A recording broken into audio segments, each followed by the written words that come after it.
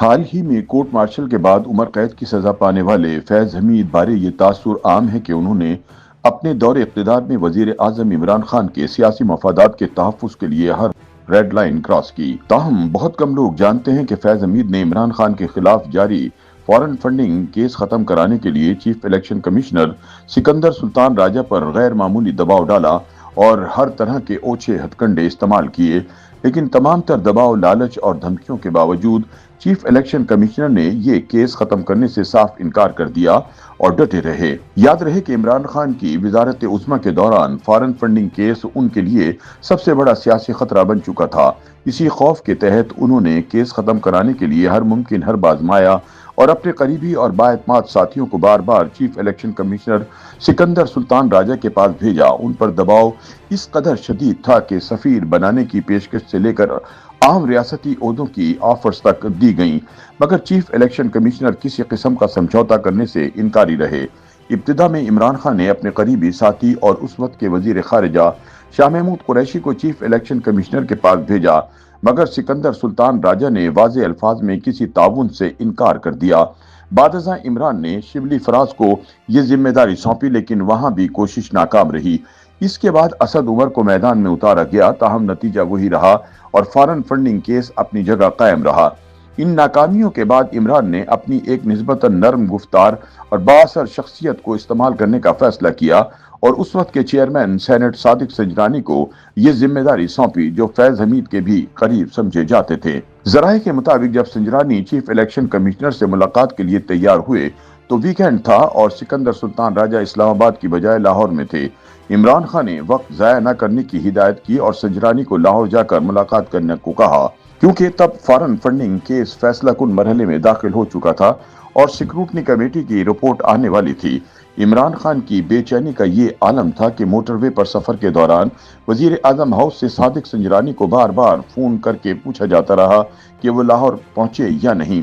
ذرائع کے مطابق لاہور میں ہونے والی اس ملاقات میں چیف الیکشن کمشنر کو ہر طرح کے لالچ دیے گئے، جن میں اہم آئینی اور سرکاری عہدوں کے علاوہ کینیڈا میں سفیر لگانے کی پیشکش بھی شامل تھی، مگر سکندر سلطان راجہ نے دو ٹوک موقف اختیار کیا کہ فارن فنڈنگ کیس کا فیصلہ ممکن طور پر میرٹ پر ہوگا۔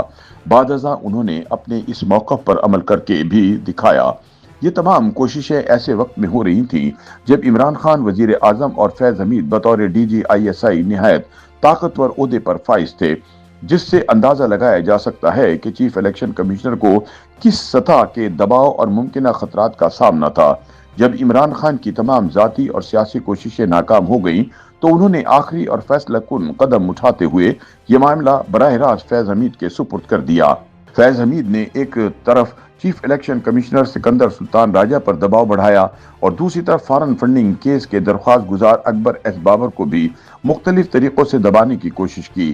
سابق سیکرٹری الیکشن کمیشن کنور دلشاد، جو چیف الیکشن کمشنر کے قریبی دوست اور ان واقعات کے عینی شاہد ہیں، بتاتے ہیں کہ فیض حمید نے سکندر سلطان راجہ پر شدید دباؤ ڈالا کہ وہ کیس کی کارروائی آگے نہ بڑھائیں اور اسے ختم کر دیں، مگر ہر بار جواب نفی میں ملا۔ کنور دلشاد کے مطابق جب دباؤ کارگر ثابت نہ ہوا تو فیض حمید نے چیف الیکشن کمشنر سے یہ اصرار کیا کہ وہ عمران خان سے ایک بار اکیلے میں ملاقات کر لیں۔ اس پر سکندر سلطان راجہ نے موقف اختیار کیا کہ اگر ملاقات کرنی ہے تو الیکشن کمیشن کے دفتر میں دیگر اراکین کی موجودگی میں ہوگی۔ تاہم فیض حمید کا اصرار تھا کہ ملاقات خفیہ ہونی چاہیے۔ پھر یہ تجویز دی گئی کہ سیاہ شیشوں والی گاڑی میں انہیں کسی سیف ہاؤس لے جایا جائے گا جہاں عمران ان سے ملاقات کریں گے، مگر چیف الیکشن کمشنر نے اس پیشکش کو بھی مسترد کر دیا۔ اسی انکار کے بعد عمران خان کی جانب سے چیف الیکشن کمشنر کے خلاف سخت اور نازیبا بیانات کا سلسلہ شروع ہوا اور ساتھ ہی پی ٹی آئی کی سوشل میڈیا ٹیم نے ان کے خلاف کردار کشی کی مہم شروع کر دی، جو مختلف شکلوں میں آج تک جاری ہے۔ کنور دلشاد نے یہ بھی انکشاف کیا کہ چیف الیکشن کمشنر سکندر سلطان راجہ سے پہلے عہدے پر فائز سردار محمد رضا کی ریٹائرمنٹ سے کچھ دن پہلے بھی توقع کی جا رہی تھی کہ وہ فارن فنڈنگ کیس کا فیصلہ سنا دیں گے، مگر یہ فیصلہ بھی فیض حمید کے دباؤ کے باعث مؤخر ہوا۔ فارن فنڈنگ کیس کے مرکزی درخواست گزار اکبر ایس بابر پر بھی پیچھے ہٹنے کے لیے فیض حمید کی جانب سے آخری حد تک دباؤ ڈالا گیا۔ انہیں قتل کی دھمکیوں سمیت ہر طرح کے اوچھے ہتھ کنڈوں کا سامنا کرنا پڑا۔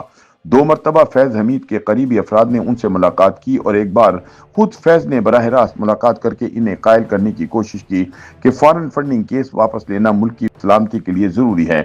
جب اکبر ایس بابر نے انکار کیا تو ان کی گاڑی کو نشانہ بنانے کے علاوہ ان کے گھر کے باہر فائرنگ بھی کی گئی۔ اس کے علاوہ انہیں سینیٹر بنانے اور وزیر بنانے جیسی پرکشش آفرز بھی دی گئیں، مگر انہوں نے تمام تر دباؤ اور لالچ کے باوجود پیچھے ہٹنے سے انکار کر دیا۔ یہ تمام واقعات اس بات کی واضح عکاسی کرتے ہیں کہ foreign funding case Imran Khan کے لیے کس قدر خوف اور پریشانی کا باعث بن چکا تھا۔ اس کیس کا فیصلہ تو عمران خان کے خلاف ہو چکا ہے، لیکن اس پر مکمل عمل درآمد ہونا ابھی باقی ہے۔ YouTube پر گوگلی نیوز دیکھنے کے لیے youtube.com کی سرچ بار میں googly news T V type کریں۔ گوگلی نیوز کے پیج پر سرخ رنگ کے سبسکرپشن والے بٹن پر کلک کرنا نہ بھولیے۔ YouTube پیج پر اپلوڈ ہونے والی ویڈیوز سے باخبر رہنے کے لیے بیل آئیکن پر کلک کیجیے۔ آپ کو ہر نئی ویڈیو کے بارے میں نوٹیفیکیشن موصول ہو جائے گا۔